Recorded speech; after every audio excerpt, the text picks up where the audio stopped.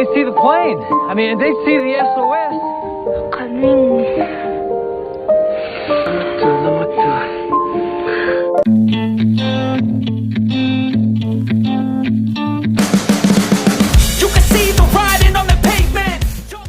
Halo Sobat Masjid, balik lagi dengan Narator Magang. Nah, seperti biasa, Narator Magang akan membawakan sebuah alur cerita film. Kali ini bertema survival, yang menceritakan seorang pria yang ditugaskan menerbangkan pesawat untuk memberikan bantuan ke suku terpencil. Tapi sayangnya pesawat yang dia kendarai malah jatuh dan membuat dia harus bertahan hidup di belantara Antartika yang dingin dan hanya ditemani dengan gadis. Akankah mereka bisa selamat dan bagaimana kisah cinta mereka? Tanpa basa-basi, kita langsung aja ke alur ceritanya.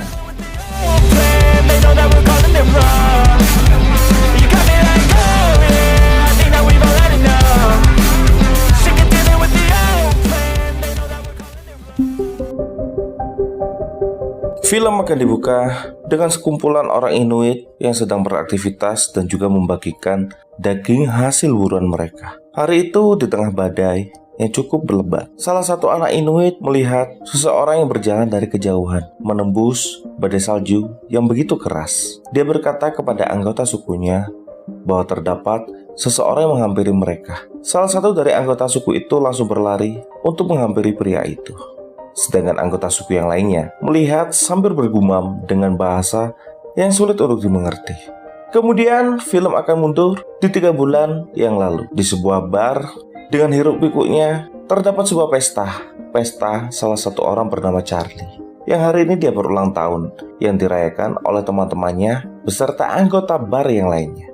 Tak lupa di sini dia juga bersama dengan kekasihnya yang kebetulan dia juga bekerja di tempat itu. Charlie begitu gembira. Kemudian Charlie mulai bersenang-senang dengan mencari beberapa pundi-pundi uang dari hasil permainan yang dia mainkan bersama teman-temannya. Tak lama berselang muncullah seseorang yang masuk ke dalam bar itu. Seseorang dengan muka pribumi. Dia membawa secari kertas dan entah apa yang dia lakukan. Tampak terlihat pria ini sangat mabuk. Kemudian pria ini menunjukkan sesuatu kepada orang-orang, tapi orang-orang tidak memperdulikannya. Pria ini menunjukkan sebuah lukisan bergambar seekor rusa yang digambar di atas sebuah kulit hewan. Tapi tidak ada satupun yang memperdulikan dia. Dari sinilah tidak sengaja pria itu menyenggol Charlie, yang membuat Charlie marah. Dan kemudian pria ini diusir dari bar. Entah apa yang dipikirkan oleh pria ini. Di malam harinya Charlie kembali ke rumahnya bersama kekasihnya. Dia mendapatkan hadiah yang sangat istimewa. Di malam itu kekasihnya memberikan sesuatu yang paling diharapkan oleh banyak laki-laki. Sesuatu yang tidak akan pernah bisa ditolak oleh seorang laki-laki. Di keesokan paginya, tiba-tiba pintu diketuk. Terdapat seseorang yang memanggil Charlie. Di sini Charlie bertanya kepada pria itu, kenapa dia begitu pagi dan apa yang dia inginkan. Kemudian pria itu menjelaskan kalau dia ingin mengingatkan Charlie kalau sekarang jam 7 dan dia harus segera menemui bosnya karena ada sebuah pekerjaan yang harus dia lakukan. Charlie melupakan itu.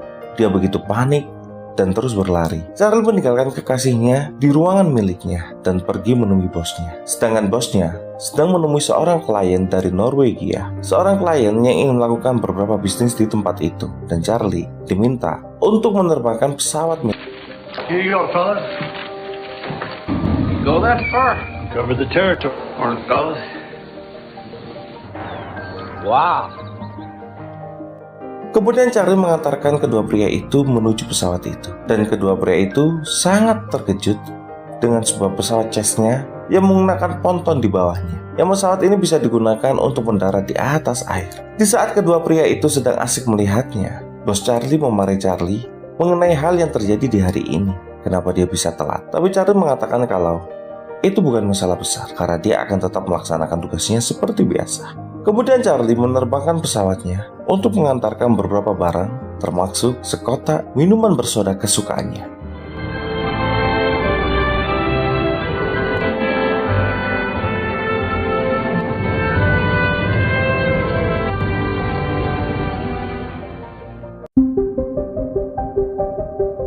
Setelah penerbangan berjam-jam itu, akhirnya Charlie sampailah di sebuah suku Inuit.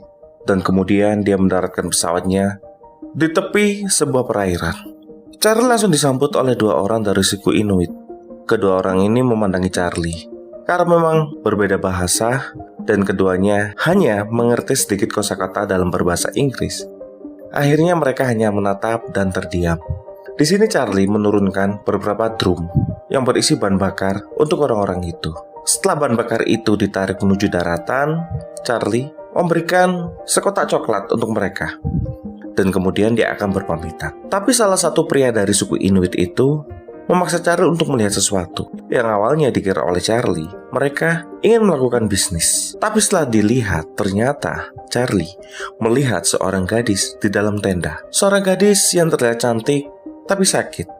Charlie memperkirakan kalau gadis ini terkena TBC. Jadi dia menolak untuk membawa gadis ini. Tapi pria dari suku itu terus memaksa Charlie. Bahkan di saat Charlie akan pergi, Charlie diberikan gading warlus atau singa laut kepada pria itu. Karena tidak bisa menolak dan apalagi gading ini berharga sangat mahal, Charlie memutuskan untuk membawa gadis itu menuju kota terdekat agar bisa diobati. Kemudian Charlie memerintahkan kepada dua pria dari suku Inuit itu untuk membawa gadis itu menuju pesawatnya.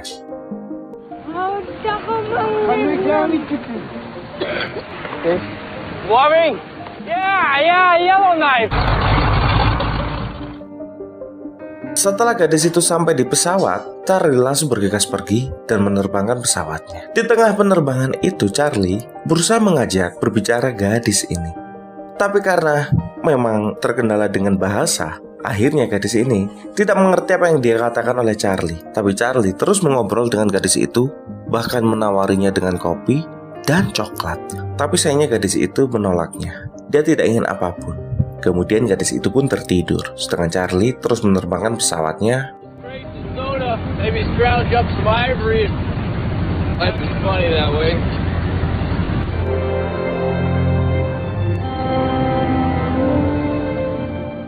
Setelah terbang berjam-jam, tiba-tiba indikator dari mesin Charlie menunjukkan sesuatu yang aneh, dan mesin itu pun meledak dan mengeluarkan uli yang membuat kapal itu kehilangan ketinggian. Charlie berusaha mati-matian untuk mengendalikan pesawat itu agar tidak terjun dengan bebas. Tapi Charlie mulai panik karena pesawat itu mulai kehilangan ketinggian. Charlie mendaratkan pesawat itu di sebuah perairan. Karena pesawat ini menggunakan pelampung di bawahnya, membuat pesawat ini terpental beberapa kali di atas air.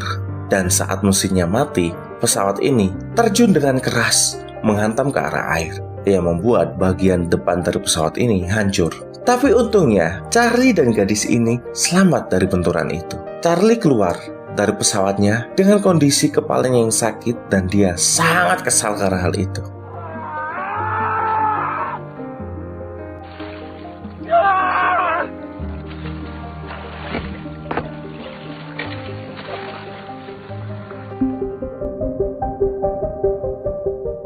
Karena melihat pesawatnya yang hancur, Charlie terjebak dalam kegilaannya dalam waktu yang sekejap. Dia marah dan kesal dengan semuanya. Dia mulai melempar barang, menendang, apapun yang dia lakukan karena rasa frustasinya. Sedangkan gadis itu hanya melihat dari kokpit dengan keheranan, tanpa bisa berkata apapun. Kemudian Charlie masuk ke dalam pesawatnya dan mengambil beberapa perbekalan dan juga senapan. Dia langsung membawanya menuju daratan. Sedangkan wanita itu mengambil barang-barangnya dan meletakkannya di tempat yang agak jauh dari Charlie. Kemudian wanita itu mulai mengeluarkan benda dan memancing, yang membuat Charlie heran dengan kelakuan dari gadis ini. Tak selang lama Charlie kembali ke pesawatnya untuk menggunakan radionya. Tapi sayangnya radio yang dia gunakan sudah rusak. Ditambah lagi dia dikejutkan oleh gadis ini yang membawa seekor ikan kepada dirinya, yang meminta Charlie untuk memakannya mentah-mentah. Tentu saja Charlie menolaknya. Bahkan dia merasa jijik dengan apa yang dilakukan oleh gadis itu. Tak selang lama Charlie mulai mencari beberapa ranting untuk digunakan sebagai api unggun untuk melawan dinginnya malam. Begitu pula dengan gadis itu. Setelah api menyala, Charlie menikmati sebotol soda yang dia bawa dan mulai berbicara dengan gadis itu mengenai kondisinya sekarang dan kondisi pesawatnya. Tapi gadis itu tidak bisa menjawab karena dia bahkan tidak mengerti bahasa Inggris.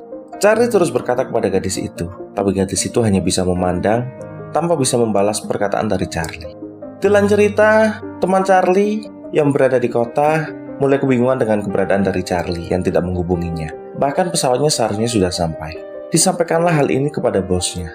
Tapi tanpa sengaja, kekasih dari Charlie mendengarkan perkataan itu, yang membuat bos Charlie tidak bisa berkata apapun dan membawa anak buahnya pergi dari tempat itu untuk menuju meja yang lainnya. Just got a little delayed by the weather, that's all. Even that? I know, but still, shouldn't we have heard something by now? 5 minutes after hell freezes.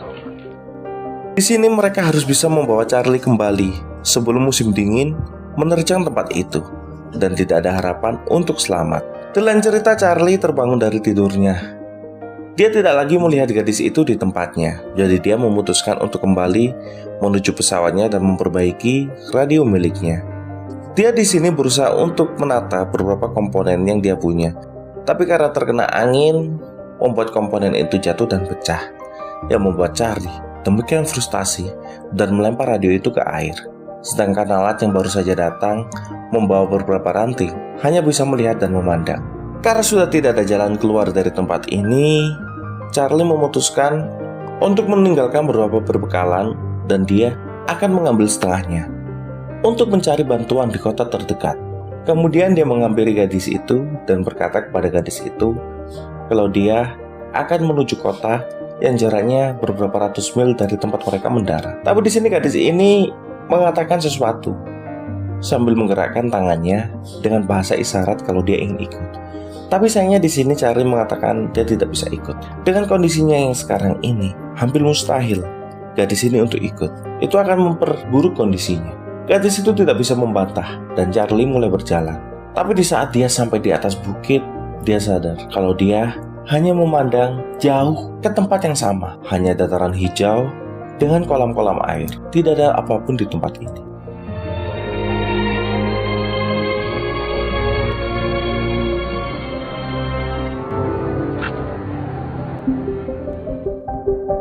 Kemudian Charlie terus berjalan di tengah tundra itu. Dia berjalan sampai dia merasa sangat kedinginan. Dia berusaha menyalakan koreknya, tapi sayangnya hal itu tidak cukup untuk menghangatkan dirinya. Di keesokan paginya Charlie berjalan lagi.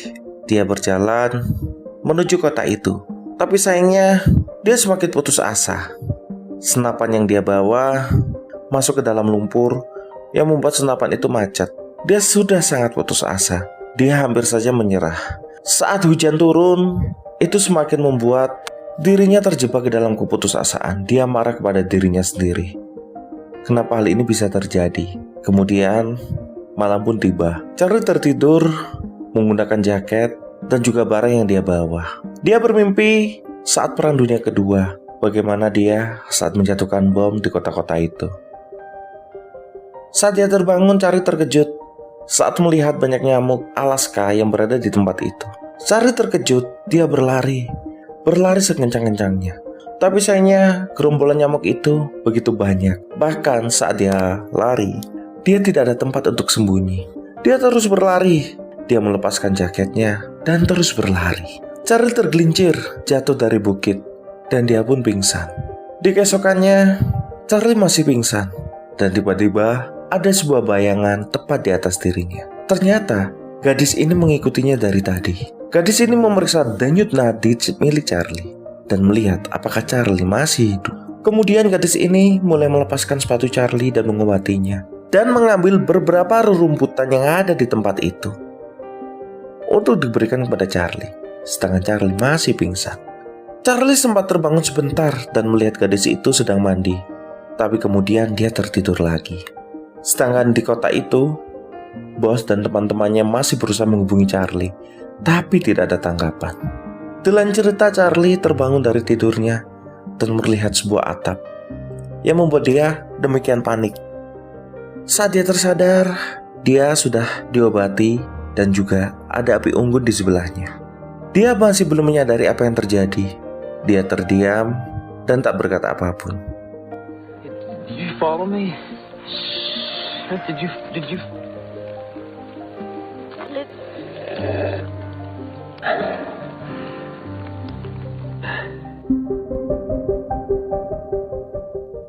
Setelah Charlie terbangun, gadis itu datang dengan beberapa ranting di punggungnya. Di sini gadis itu mulai memberikan semangkuk sup kepada Charlie.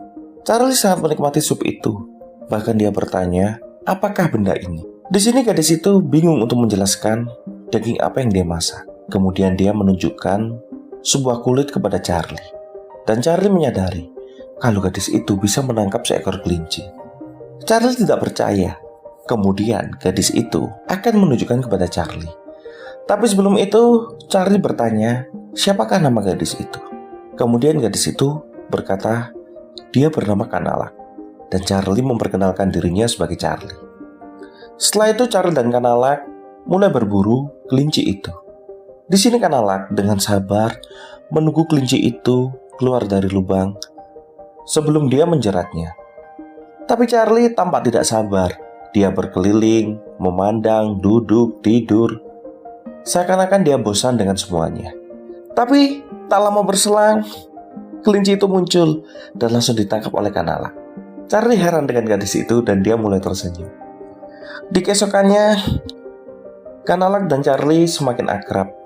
Bahkan dia mulai menangkap ikan bersama dengan Kanalak. Mereka sangat menikmati momen-momen itu. Bahkan di saat Charlie mandi, Kanalak membawa baju Charlie untuk dijahit. Tapi Charlie bingung karena dia harus telanjang bulat, yang membuat dia memanggil Kanalak agar membalikan bajunya. Tapi Kanalak pergi begitu saja. What are you doing? Utsumertum. What? Wait! Fix it. No! Not right now. Charlie melihat Kanalak mulai mimisan. Charlie menyadari kalau kondisi Kanalak semakin buruk. Mereka harus mencapai kota bila ingin Kanalak selamat dengan penyakitnya. Night up. Take me a few more.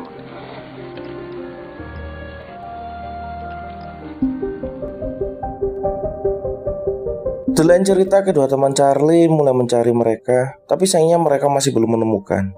Tapi di sini salah satu teman Charlie terlihat. Sebenarnya dia dengan tidak tulus mencari Charlie karena dia sangat membenci Charlie. Bagi dia Charlie hanyalah pria egois, narsis, dan juga ceroboh. Hal ini membuat teman Charlie yang satunya menjadi sangat kesal kepada temannya. Tapi temannya berkata kalau mereka ingin mencarinya dan menemukannya, memang seharusnya mereka akan menemukannya. Tapi lihatlah ke bawah, tidak ada apapun di tempat ini. Kita bahkan sudah mencarinya selama 3 minggu. Tidak ada satupun petunjuk, bahkan pesawatnya tidak ditemukan. Temannya hanya terdiam dan menunduk. Di lain cerita Charlie mendengarkan sebuah pesawat yang melintas di atasnya. Dia berlari untuk meminta bantuan, tapi sayangnya pesawat itu tidak mendengarkannya. Mereka berlalu pergi begitu saja. Kemudian Charlie menemui Kanalak yang sedang mencuci baju. Di sini, Charlie mengatakan kalau mereka seharusnya terus bergerak agar mereka bisa selamat. Charlie terus mengoceh, sedangkan Kanalak hanya terdiam dan mengamati Charlie. Kemudian mereka berdua melanjutkan perjalanan. Di sini mereka berjalan. Bahkan di perjalanan itu, Charlie dan Kanalak mulai mengobrol. Di sini Kanalak bahkan bertanya, berapakah umurnya? Charlie menjawab kalau dia berumur 32, sedangkan Kanalak baru berumur 20 tahun. Di sini Kanalak juga bertanya apakah dia memiliki seorang istri. Charlie mengatakan kalau dia belum menikah, tapi dia memiliki seorang putri. Kanalak tertawa mendengarkannya. Bagi suku Inuit, seorang pria berumur 30 tahun belum memiliki seorang istri merupakan sesuatu yang aneh. Tapi Charlie bisa memaklumi pemikiran dari Kanalak itu, karena memang Kanalak datang dari budaya yang berbeda. Setelah itu Kanalak terus bersenandung dan bernyanyi sepanjang jalan. Tidak terasa, Kanalak selalu bernyanyi selama 3 hari ini, yang membuat Charlie begitu protes. Dan dia bosan mendengarkan nyanyian milik Kanalak. Kemudian Kanalak meminta kepada Charlie untuk menyanyikan sebuah lagu. Awalnya, Charlie menolak. Tapi kemudian, dengan terpaksa, Charlie pun mulai bernyanyi. Dan kali ini, Charlie yang akan menyanyi sepanjang perjalanan ini. Di kota, bos Charlie menemui kekasihnya. Dengan berat hati, bosnya mengatakan kalau pencarian selama 3 minggu ini tidak menemukan hasil sama sekali. Bahkan tim SAR yang mereka kerahkan memiliki rekor yang baik dalam menemukan orang. Tapi sayangnya, kali ini berbeda. Charlie tidak bisa ditemukan. Kekasihnya tidak bisa berkata apapun. Dia pergi mengambil minuman sambil menangis terisak-isak. Sedangkan bosnya tidak tahu apa yang... Stop.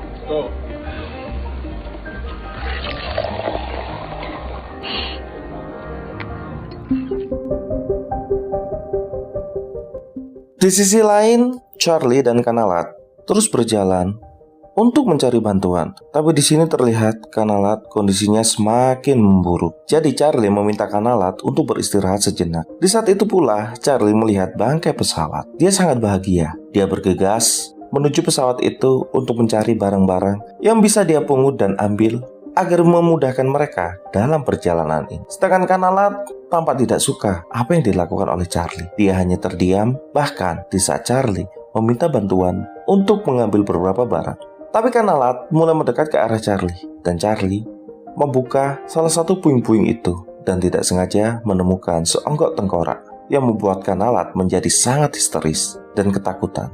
Di sini Charlie terus mencari barang-barang, bahkan dia menemukan berbagai macam barang seperti kunci Inggris, stang roda, palu, bahkan benda-benda yang lainnya. Tapi terlihat Kanalat hanya duduk dan terdiam tanpa mengatakan sepatah kata pun, yang membuat Charlie heran dengan perubahan yang dialami oleh gadis ini. Setelah itu Kanalat dan juga Charlie mulai memakamkan pilot itu di tumpukan batu. Tapi kemudian Kanalat memasukkan benda-benda dari pesawat itu ke dalam makam itu. Tentu saja membuat Charlie menjadi sangat kesal terhadap Kanalat. Dia berkata kepada Kanalat, mereka tidak membutuhkan itu. Tapi Kanalat tidak membalas perkataan dari Charlie. Dia hanya diam dan memandang ke arah Charlie. Charlie pun terduduk dan tampak sangat kesal. Tapi dia kemudian berpikir, mungkin ini adalah cara dari Kanalat untuk menghargai dan menghormati orang yang sudah meninggal. Jadi dia memasukkan senapan yang dia temukan dan kemudian memakamkannya. Di sore harinya Kanalat dan juga Charlie membuat api unggun. Di sini Kanalat menjelaskan mengenai kepercayaan di suku Inuit, yaitu barang-barang dari mereka yang sudah meninggal tidak boleh diambil. Di sukunya dijelaskan kalau orang yang sudah meninggal akan dijemput oleh seorang roh dan dibawa ke suatu tempat yang sangat luas, sebuah hamparan padang rumput yang sangat indah. Di sana terdapat banyak sekali makanan dan juga ikan. Jadi mereka akan sangat membutuhkan alat-alat itu untuk bertahan hidup di tempat itu. Karena itu, Kanalat tidak mengizinkan Charlie untuk membawa satupun alat-alat yang dia temukan di pesawat itu. Ini adalah bentuk penghormatan terhadap para leluhur, dan Charlie sedikit demi sedikit mulai memahaminya. Di lain cerita, bos Charlie sedang merenung di kantornya, tapi kemudian kekasihnya datang. Di sini kekasih Charlie berkata kepada bosnya, kalau sebaiknya bosnya jangan merasa bersalah, karena semua kejadian ini bukan salahnya, dan tidak pantas bila dirinya menghukum dirinya terlalu keras. Dan kemudian kekasihnya membawakan sebuah foto dan diberikan kepada bosnya sebagai pengingat dan juga kenangan bila Charlie tidak kembali. I wanted to tell you something, but he was.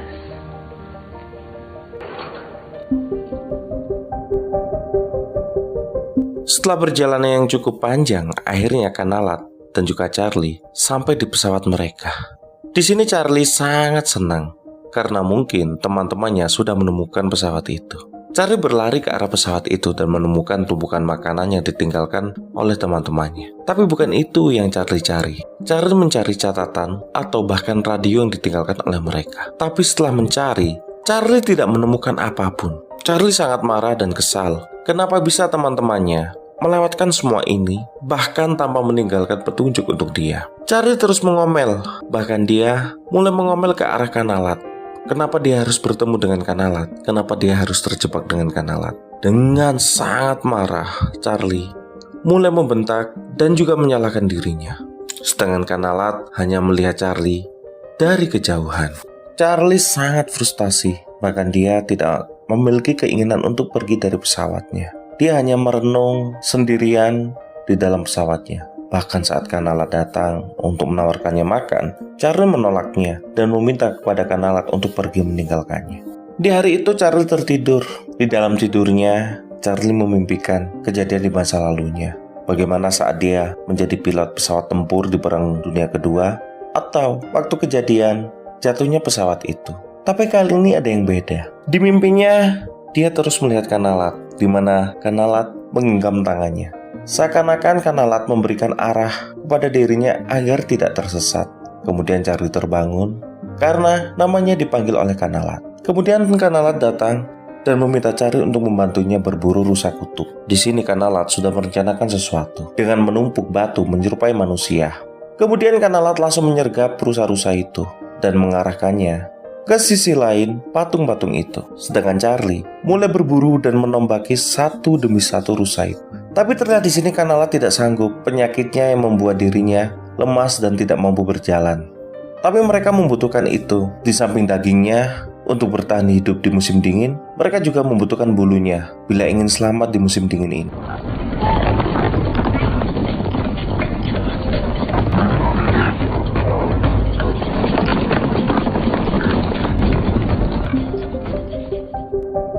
Kemudian di sini Charlie dan Kanalat mulai memotong hasil buruan mereka dan menikmati daging yang berhasil mereka tangkap. Kemudian Charlie bercerita mengenai dirinya, pengalamannya, bahkan kejadian lucu di hidupnya, seperti saat teman-temannya makan steak di sebuah restoran. Dan di sini Charlie berencana bila mereka selamat akan mengajak Kanalat untuk makan steak itu. Tak selang lama Kanalat batuk. Charlie memeriksanya. Kanalat demam begitu tinggi, penyakitnya perlahan-lahan menggerogoti dirinya. Charlie menyelimutinya dan memeluknya. Kanalat jatuh dalam tangis. Charlie terus menenangkan gadis ini agar dia tetap tegar. Secara perlahan-lahan, Charlie pun bisa menerima keadaan ini. Di keesokannya, mereka bekerja sama untuk mempersiapkan musim dingin dengan menjahit kulit hewan yang berhasil mereka tangkap dan mengumpulkan perbekalan. Di malam harinya, saat di tenda, Kanalat menjahit, sedangkan Charlie mempersiapkan alat buruannya.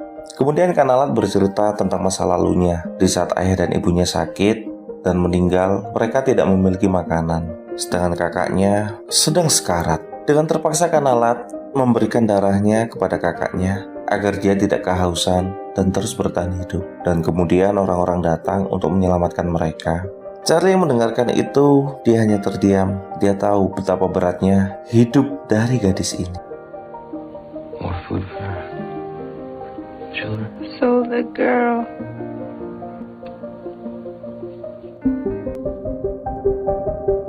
Di sini Charlie mengenakan jaket hangat yang dibuatkan oleh Kanalat. Dia begitu suka dengan jaket buatan Kanalat. Saking bahagianya, Charlie sampai memeluk Kanalat dan mereka larut dalam kebahagiaan itu.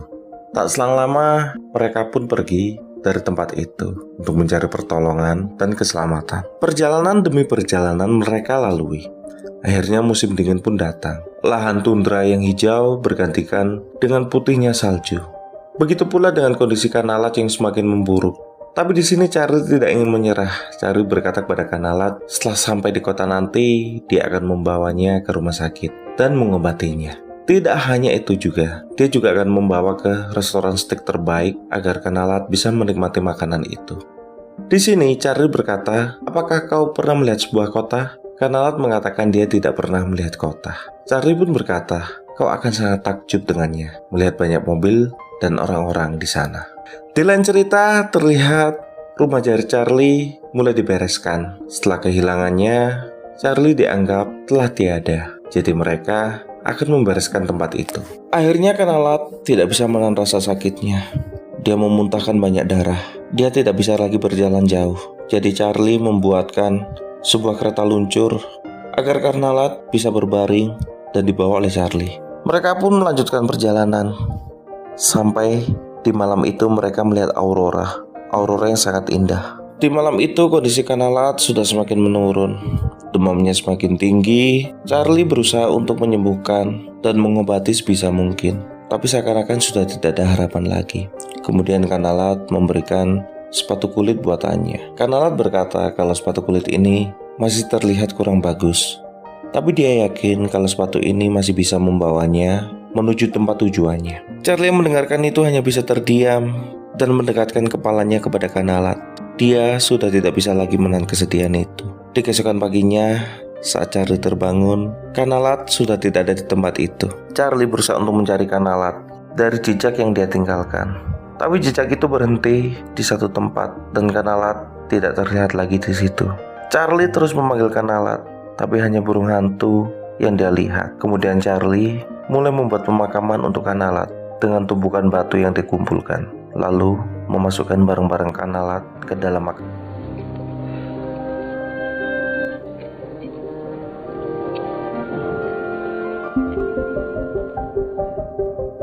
Setelah itu, Charlie melanjutkan perjalanannya. Dia berjalan terus di hamparan salju itu. Kemudian dia melihat kumpulan orang dari kejauhan. Charlie terus berjalan menuju tempat itu. Dan orang-orang itu juga melihat Charlie. Mereka adalah kumpulan suku Inuit yang menetap di tempat itu. Charlie terus berjalan. Dia berhenti sejenak dan kemudian orang-orang itu mendekatinya. Charlie selamat, tapi sayangnya dia tidak bersama dengan Kanalat. Dia akan sendirian di tempat itu. Dan film pun berakhir.